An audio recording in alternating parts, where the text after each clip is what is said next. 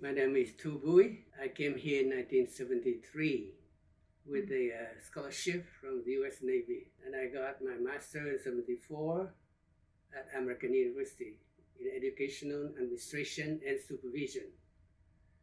1975, I completed all my coursework and was passing my comprehensive exam when Saigon fell. And my wife and 3 kids were back in Vietnam because they wouldn't allow me to bring them to the States, afraid that I would stay here and wouldn't come back. I was lucky because in 1975 my scholarship ended because it was part of USAID to Vietnam. But luckily, American University gave me 12 hours of dissertation seminar and allowed my wife to take intensive English courses all summer at AU for free. It was very difficult for me to get a job. I sent out 50 resumes. I got a single interview at Archbishop John Carroll High School. So the fall of 1975, I started teaching math at Archbishop John Carroll High School in Washington, D.C. It was a very tough job. It was an all-boys school. I had to teach 6 classes a day, no preparation. The school didn't even give me a teacher manual. I had to work out all of the assignments before I gave to the kids. I had 40 boys in each class and 240 homework to grade each night. They gave me such a hard time. They raced in the desk inside the room. They shot spitballs on the ceiling. I was writing on the board and a kid ran past the door and threw an orange at me in like a baseball, as the spit of a pitcher. It scratched my ear and splashed on the board, and I couldn't sleep. And I was living in Virginia. I had to drive all the way to, Northwest DC every day. 1 hour to go, stop and go. 1 hour back. There was no Highway 66. I had to drive all the way. It took an hour, yeah. It was hard. I almost quit, but that was my first job in this country. I couldn't quit. So I went by next door, and there was a black teacher, an English teacher. He was sleeping on his desk, and the whole class, was quiet. They asked the kids, why? Oh, he's our football coach. If anybody bother him, the football players would beat them up. So I racked my brain. I know what to do. In Vietnam, I practiced judo, taekwondo, for Vietnam. So I bought a bunch of a square board, put it on my desk, on top of dictionaries, and I just chopped the board, pick up the pieces, put a trash can, and look at them. After that, nobody bothered me. Mm-hmm. I survived that year. They paid me $600 a month. It was very difficult because 75, my family arrived, and we started, nothing. Very, very, very, very difficult. So after that, I got a job in Fairfax County. That summer of 1976, I taught ESL. And the coordinator of ESL watched me taught. And next day, she brought 4 more teachers and they stood in the back of the class watching me. So at the end of summer, they hired me. So after that, I started teaching ESL at Jeff Stewart High School. So it was very difficult because I had an advisor for my PhD, and he got a heart attack. He was driving in DC and stopped at Sibley Hospital. He walked in, and that's it. I had to find another person to replace. It was Dr. Whitfield, American University. He gave me a hard time. The second chapter, methodology, he changed every month. It took me 1 year.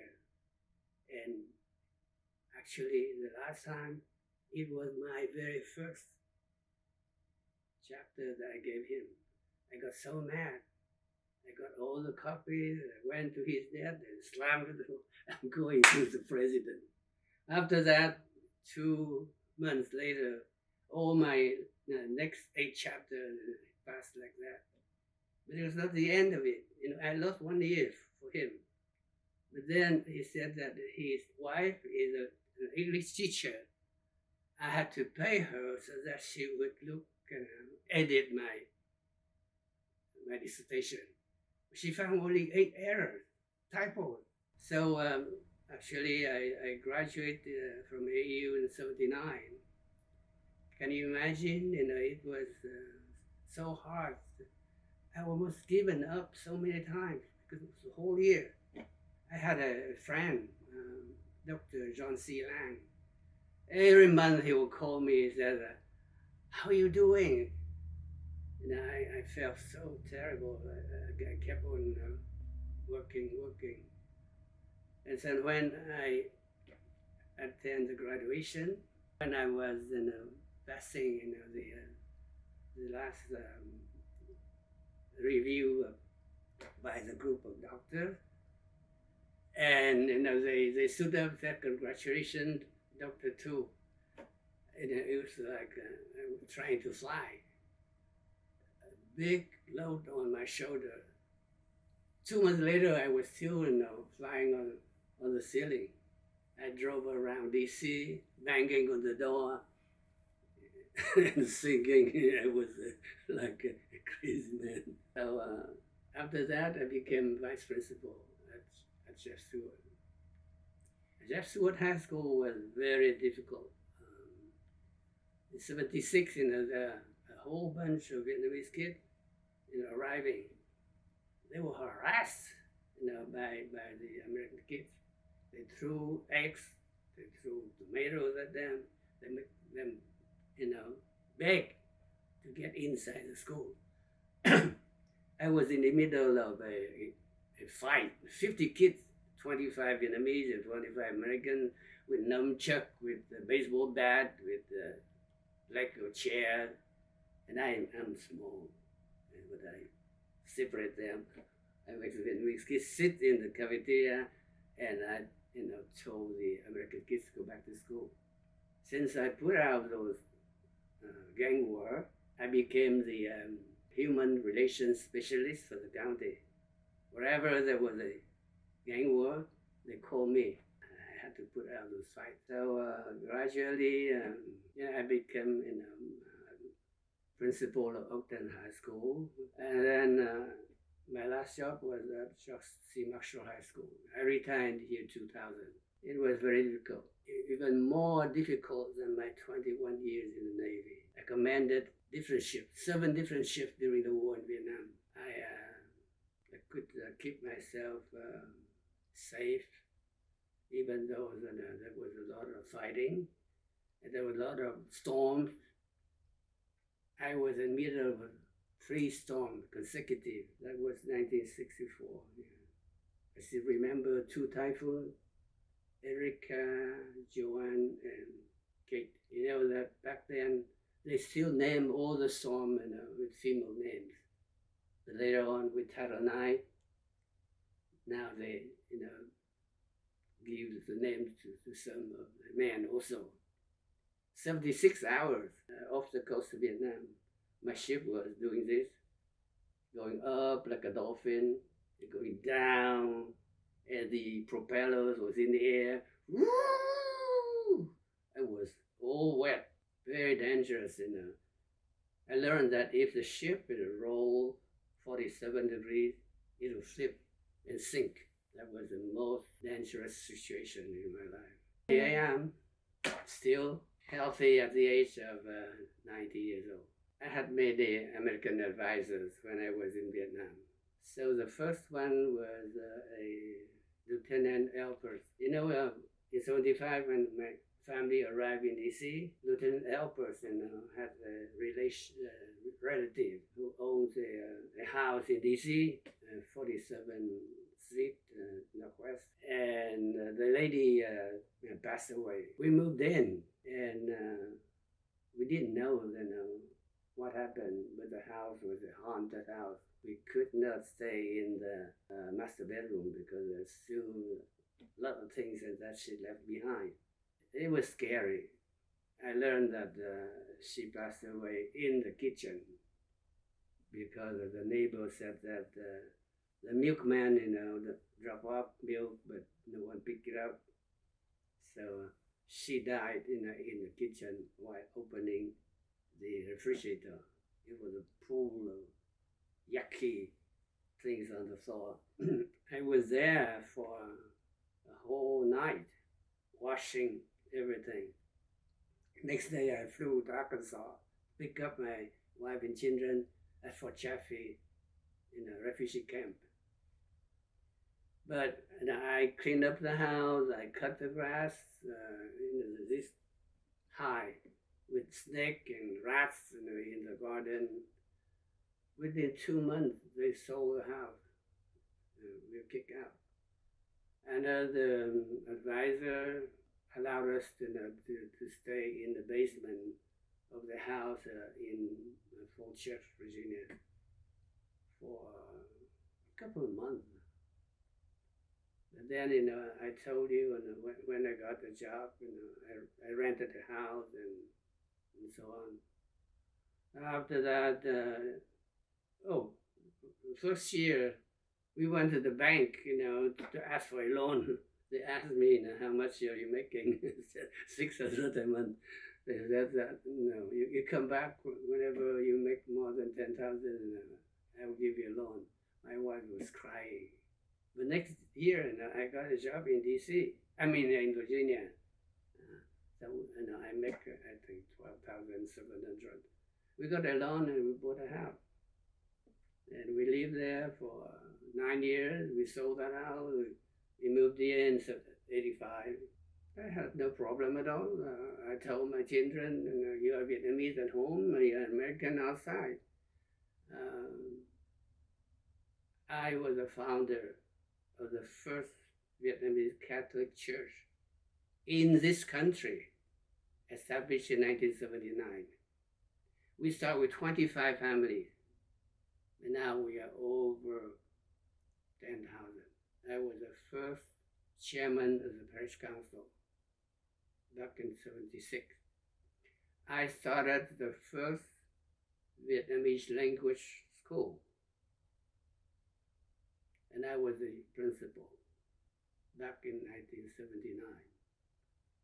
I made my kids, attend those classes. And I was principal for 14 years of the Vietnamese language school. One pastor said that within 10 years, there will be no Vietnamese, but he was wrong. I'm still teaching history classes at our church, teach the kids about the history of Vietnam. And now we have a class in literature. The kids are learning about Chuyện Kiều. The kids at church, they could read the Bible in church. They could sing in Vietnamese. We just had the Tết Festival at the church last weekend. I sang Xuân Này Con Không Về. I sang a lot of songs at the church. And the kids, they're happy. At least they're bilingual. And maybe they could speak other languages, but they still. We keep our culture. Even when I was at Jackson High School, the reason why I put out the fights was I established a club. It's called SAVE, Student Against a Violent Environment. Yes. So every year I organize what's called International Week. The kids, dress up in the outside, not only Vietnamese, but all other culture. And we have a show on stage in the auditorium. All the kids perform, singing, dancing. So they were all accepted because of me. When I left the school, they missed me so much. You see that the letter S, that's Stewart. With the letter, we miss you so much. Yeah, the kids were happy. They mingle, they mix up, because every Friday I organize a ball dance. I make them dance each other. So they're happy. Yes, the church is a good thing. We have the first church in 79. Now we are going to establish another church in Chantilly, Virginia. The most difficult was I had to fire a black teacher. He sued me at the Office of Civil Rights. But luckily, I kept a very good record of his behavior. That's the most difficult. Other than that, the kids love me. I'm small, but I have the power, in my voice, I guess, as a Navy captain. But I save a lot of kids, really, truly. Vietnamese and American. There was that one kid, his name Mike. His junior year, I said, I'm expelling you. He pushed my phone off the desk and he ran out. I followed him. I opened the door of my car. I said, Mike, sit. When you're calm, you come back and talk to me. I still expel him. That was in February. In May, he came back and said, please, there's nothing out there. Can I come back? I said, okay, with two conditions. You have to pass English 11, get a job, and then in the fall, come back with a letter of recommendation from your boss that you're a good worker and show me your grade in English. And let him come back as a senior. So he was on the honor roll, all 3 quarters. He graduated with a GPA of 1.2. But I wrote a letter of recommendation. He ended up in college. And when he graduated, he came back with a Mr. Coffee as a gift to me. And another day, he drove a hot rod and he said, thank to you, I am the manager of appliance store at Montgomery Ward. He invited me to his wedding. I have to tell you the story of another kid. He was a football player at Archbishop John Carroll High School. He was a guy who was, sitting in the back of the class. He stretched his leg, he pushed all the others in the desk up. I threw him out. He picked up in the desk and chair like this and went out. He sat outside.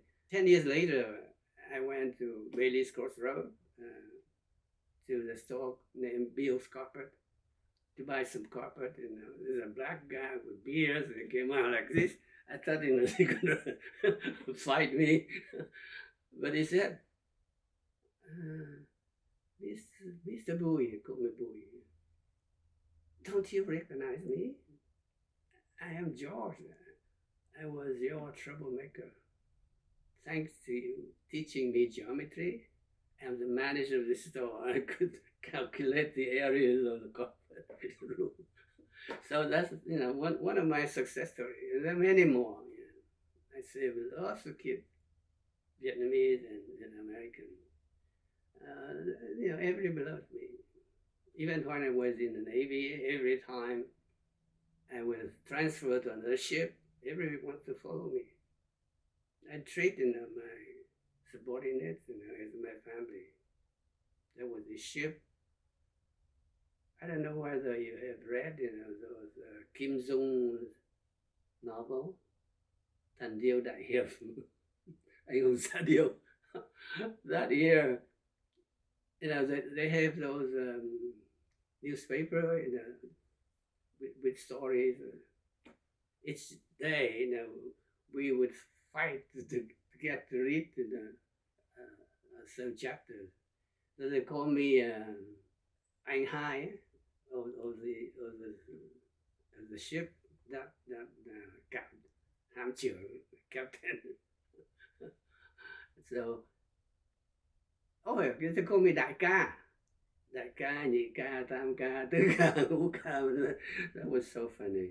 I still keep in touch with some of them here in the States. In the past, I spent the whole time concentrating on building the church, the Catholic population.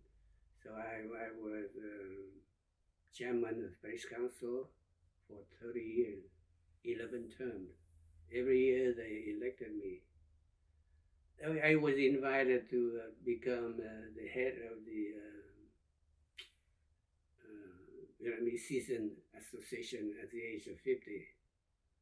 So the president then asked me, call me Cụ. I said, I'm sorry, I'm only 50 and I cannot join you yet. So I became the president of the Federation of Vietnamese Catholic in the Mid-Eastern state, which the whole area, So I organized an annual meeting of 4,000 people from everywhere to go to Seaton, to Grotto Lord.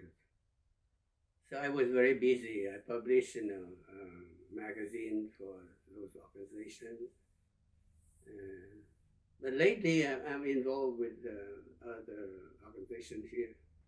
All of the former officers and military persons of the South Vietnamese, they are very much against the actual government because they were in prison. They don't want to see a red flag with the yellow star. And anyone who acted as if they're pro-communist, they would put them down. Very difficult. But I think over the years, some of them may have passed away, but still very difficult. The tradition of Phép Vua Thua Lệ Làng. The village chief, is more powerful than the king. So there are many, groups difficult. They don't work together very well. Anyone elected to a position, probably for one term, the next term they kick them out. Very difficult. Like Bobby Lee was the president of the Vietnamese-Association in DC, Virginia, and Maryland. He was a very great guy. He worked very, very good. But then only one term. Now the new guy, were elected. And now, we are divided because of the American politics. I'm pro-Biden. They hated me. They did everything, to put me down. I don't like Trump. Tell you the truth. Even in 73. They wanted to save me. So they gave me the ID of a U.S. Navy captain so that I don't have to go back to Vietnam. So 75, they even sent Captain Comedy to look for my family to bring them out. But I was so afraid. I called them and said, by all means, get out. So they bribed another lady married to an American with 30 ounces of gold. So they left one day before the American came to pick them up. I don't care about money, even though we arrived here with nothing. So my wife, very happy, we could be reunited because I was here for 2.5 years by myself. But I miss home so much. I arrived in 73, summer 73, I went back. 74, I went back. 75, I planned to go back, but no way. So I'm saying I'm very lucky. I'm not. If in 73, my boss, and the Admiral Wo, who was the Commander in Chief of U.S. Navy Force in Vietnam, called me to my boss' office, and they told me, "You did so well. I trained 27,000 men to take over all the ships, all craft, all bases from the from the U.S. Navy, so that the U.S. Navy could pull out Vietnam ahead of schedule."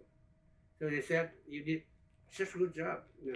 Your reward is, do you want to become an admiral or go to school?" I didn't hesitate. I won 4 years of scholarship, get a PhD. So I left in 73. As I said, I was lucky. If I had chosen to become an admiral, I could be in jail for 15 years, like my boss. He was trying to be picked up 3 times, but he refused. He was in jail for 15 years. So my choice, was really good. I don't know. What I'm not happy is I see that people, in the country is still poor. All the rich people are the people within the Communist Party. I knew that some high-ranking official could send 4 kids to school here. That's a lot of money. I even know that they bought houses in California and Orange County, everywhere. That's what I'm not happy. I tell you the truth. I've been back 7 times because I still have family. I have 2 older sisters and 2 younger sisters. 3 in Hanoi, 1 in Saigon. Been back 7 times. I hope and I wish that things would change.